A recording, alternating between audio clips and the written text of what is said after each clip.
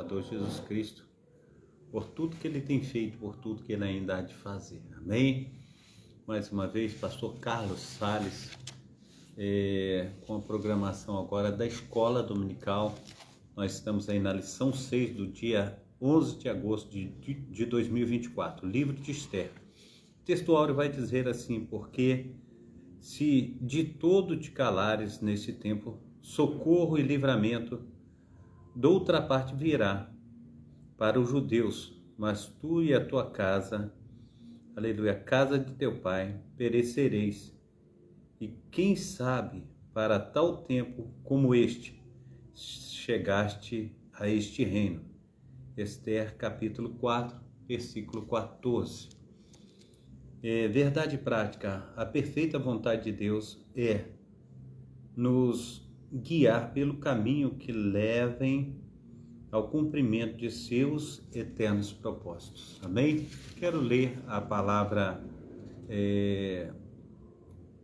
em classe, que vai dizer assim, Esther capítulo 1, do versículo 1 ao versículo 9. E sucedeu nos dias de Assuero, este é aquele Assuero que reinou desde a Índia até a Etiópia, sobre 127 províncias naqueles dias, assentando-se o rei Assuero sobre o trono do seu reino, que está na fortaleza de Suzã. No terceiro ano do seu reinado, fez o convite a todos os seus príncipes e seus servos, o poder da Pérsia e Média, e os maiores senhores das províncias estavam perante ele, para mostrar as riquezas da glória do seu reino e o esplendor da sua excelente grandeza por muitos dias, a saber, 180 dias. E acabados aqueles dias, fez o rei um convite a todo o povo que se acha na fortaleza de Suzã, desde o maior até ao menor, por 7 dias, no pátio do jardim do Palácio Real.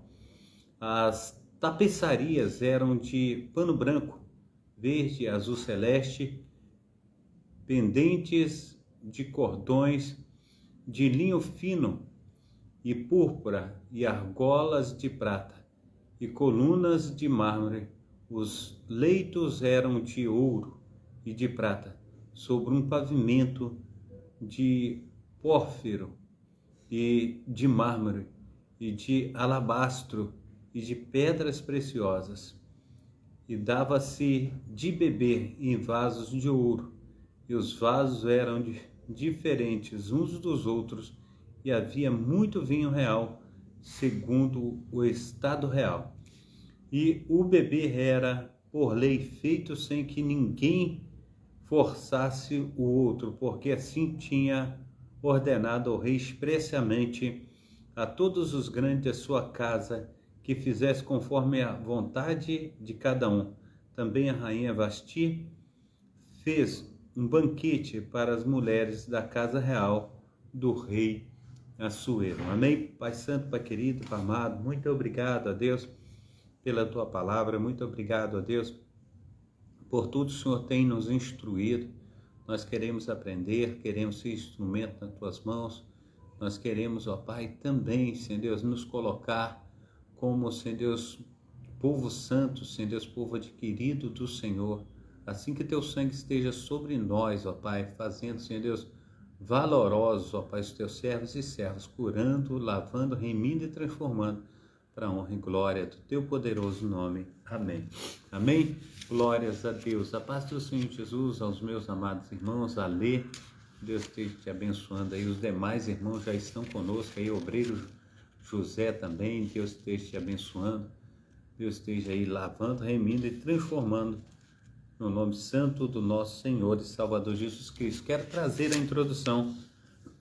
A introdução diz assim: concluímos o estudo de Ruth. Nessa lição iniciaremos o estudo do livro de Esther. Ruth é cheio de referências expressas ao nome de Deus. Esther, por sua vez, tem como característica singular e sempre destacada a completa ausência do nome de Deus. nem por isso o agir divino deixa de estar patente no livro. Esther não contém alusões diretas ao Deus da província, mas nos apresenta uma lição cujo roteiro é por inteiro uma manifestação da providência de Deus. Organização do livro. A categoria de Esther dá a mesma forma de Ruth. Esther permanece aos escritos. Os 11 livros que compõem a terceira seção da Bíblia hebraica. E nesta seção também, ao lado de Ruth, integra a Megilor, os 5 livros curtos lidos anualmente nas festas judaicas. As caracterizações, ou melhor dizendo, as categorizações de Ruth e Esther também são semelhantes na Bíblia cristã, não qual figuram entre os livros históricos por sua reconhecida canonicidade. Amém? Esther compõe o conjunto da revelação divina escrita completa e perfeita, conforme está em 2 Timóteo capítulo 3, 16 e 17. Características literárias. O livro de Esther tem 10 capítulos. Dentre suas características literárias, destaca-se sua objetividade, historicidade, vista na expressa referência ao rei persa, Assuero. Esther capítulo 1, versículo 1. Em vários outros detalhes factuais, além de seu caráter fonte primária para a festa de Purim, anualmente celebrada pelos judeus. Esther capítulo 9, versículo 20 ao 32. Estilo narrativo é menos dialógico que o de Ruth.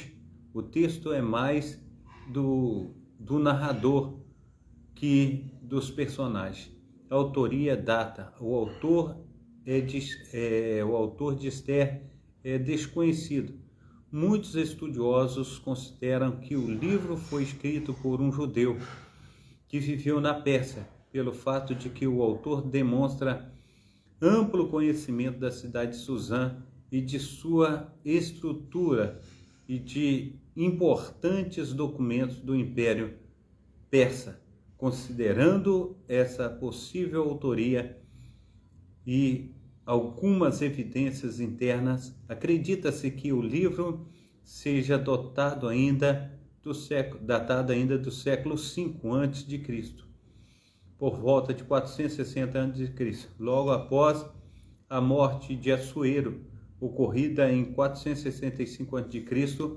Outro fator levado em conta para essa datação é o de ordem linguística. O autor empregou algumas palavras persas em meio ao hebraico, mas não fez uso algum de expressão originárias do grego, o que revela que um estilo anterior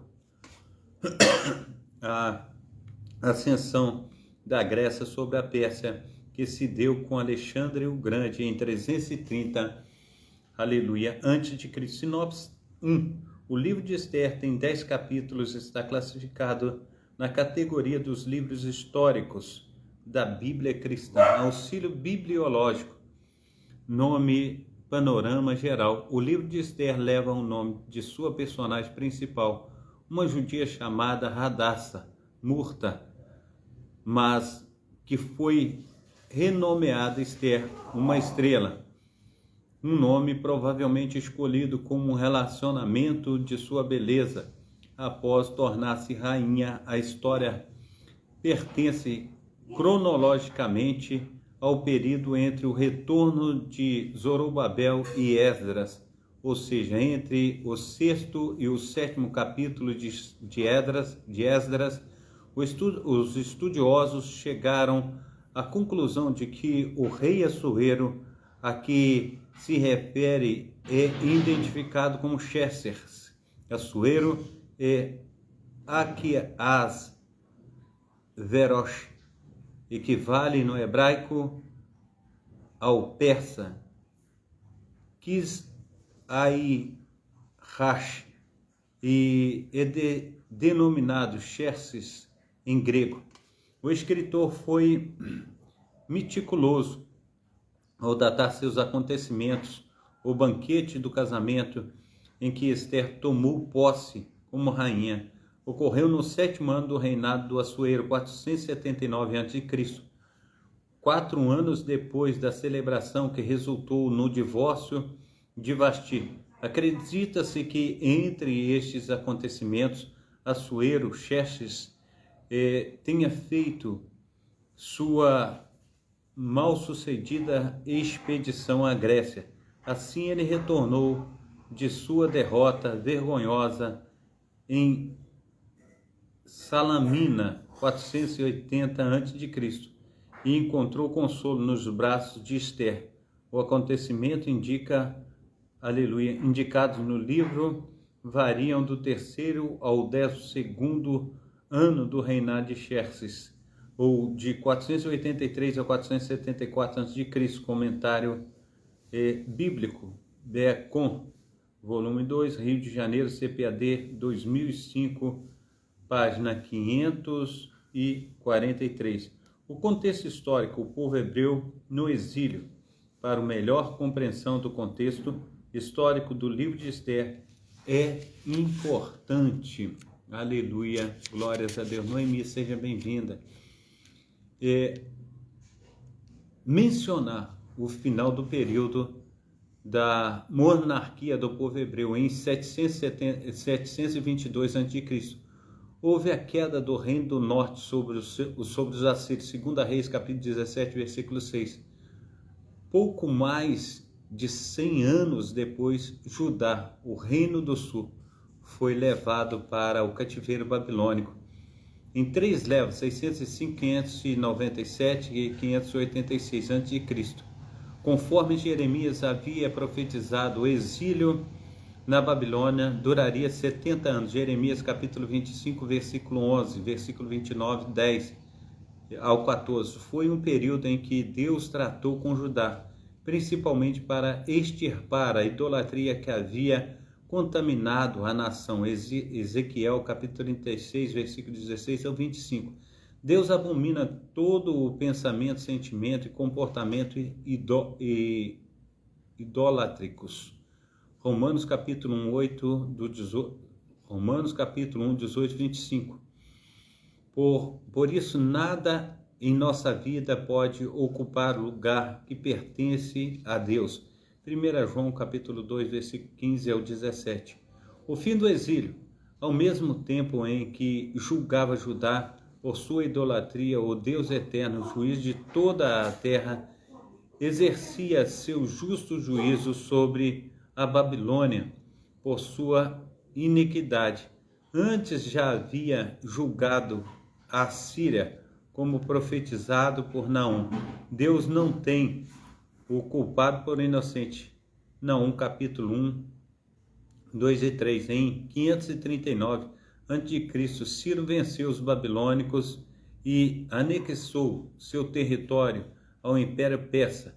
Logo no 1º ano do reinado, despertou o Senhor o espírito de Ciro, rei da Pérsia, e o fez decretar o retorno do povo judeu para Jerusalém. Esdras capítulo 1, do versículo 1 a 3. Daniel havia se humilhado diante de Deus, jejuado, orado fervorosamente para a restauração de Jerusalém, confessado, aleluia, os pecados da nação de Israel. Daniel capítulo 9, do versículo 1 ao versículo 19. O ensino bíblico a respeito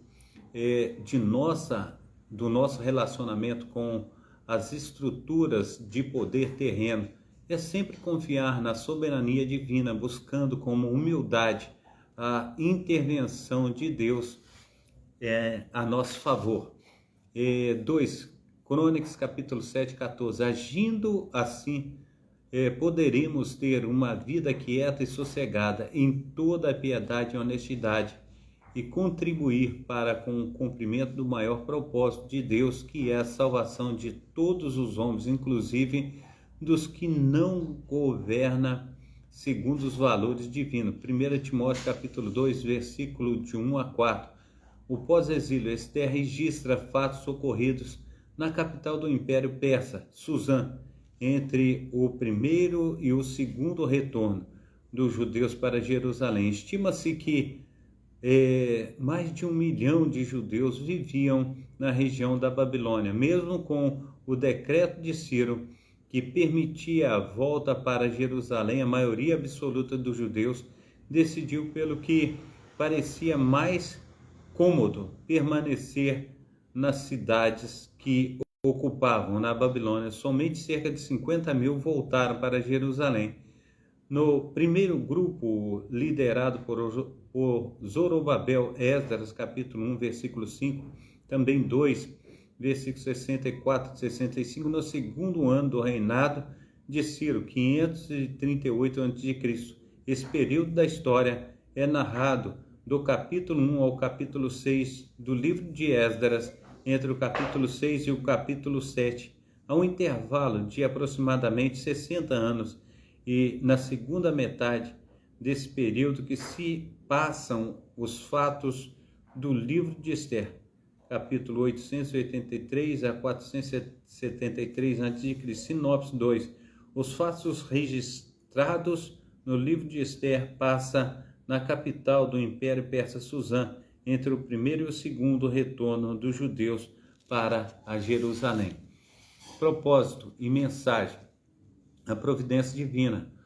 O principal propósito do livro de Esther é registrar o cuidado providencial de Deus com o seu povo, a despeito de suas escolhas fora do seu propósito. Ao acreditar em permanecer na Babilônia sob o domínio do Império Persa, os judeus olharam para a estabilidade que imaginavam ter conquistado, não apenas no aspecto econômico, mas também cultural, social e religioso.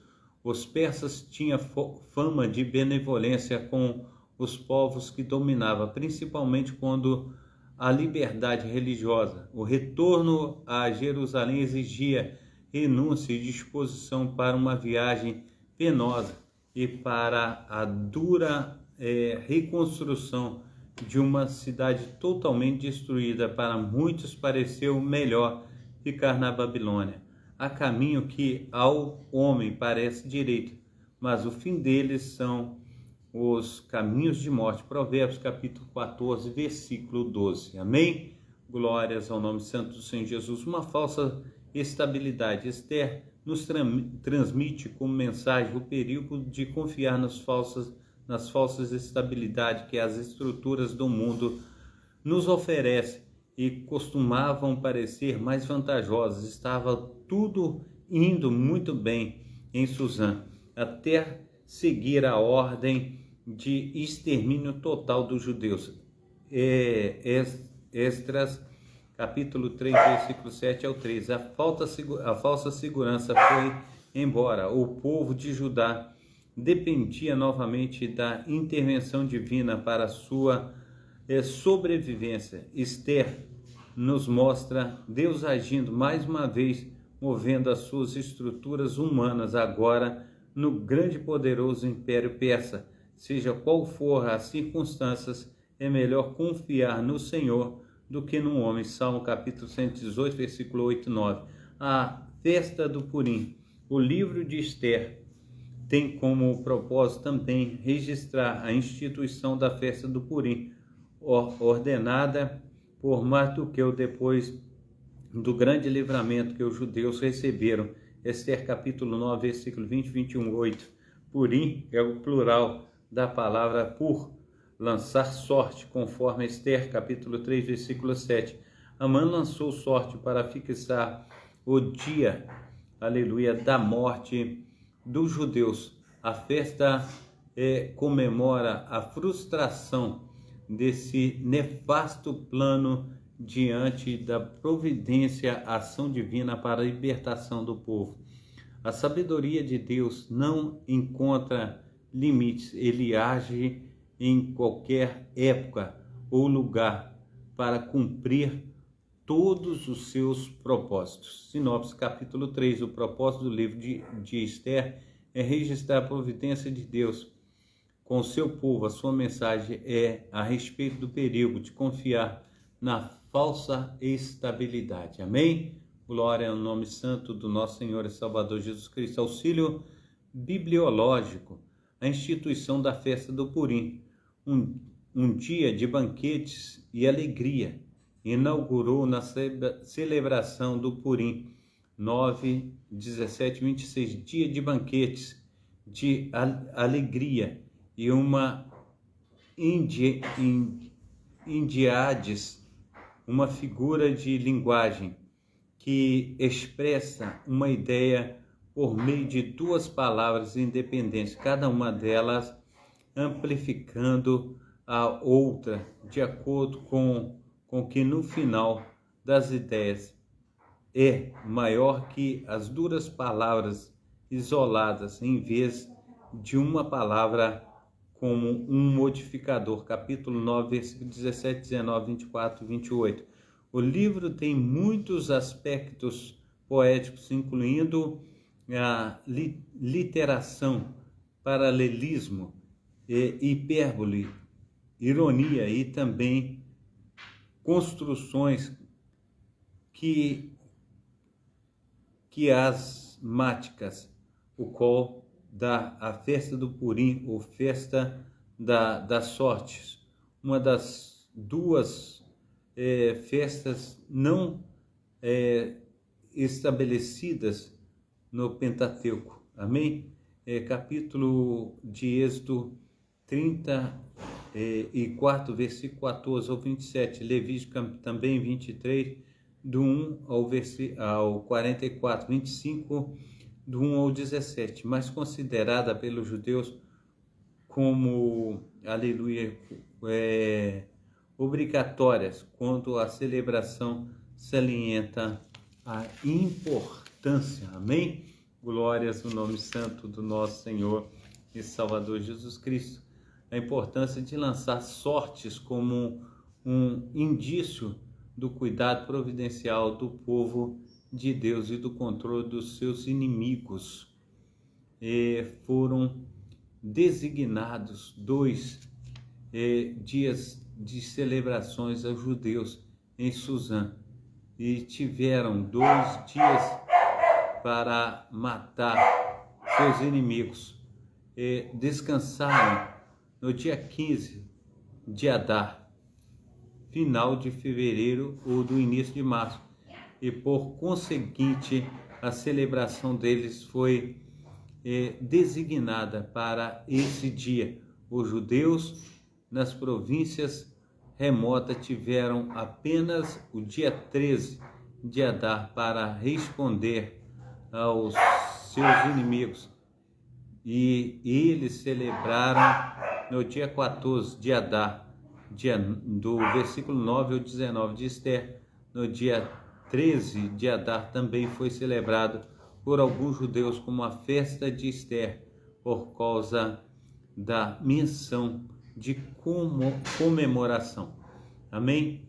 As práticas do jejum e do seu clamor. Conclusão: o livro de Esther nos lembra que vivemos neste mundo, mas não devemos confiar em suas estruturas. Todos os reinos deste mundo passarão. Daniel capítulo 2, versículo 37.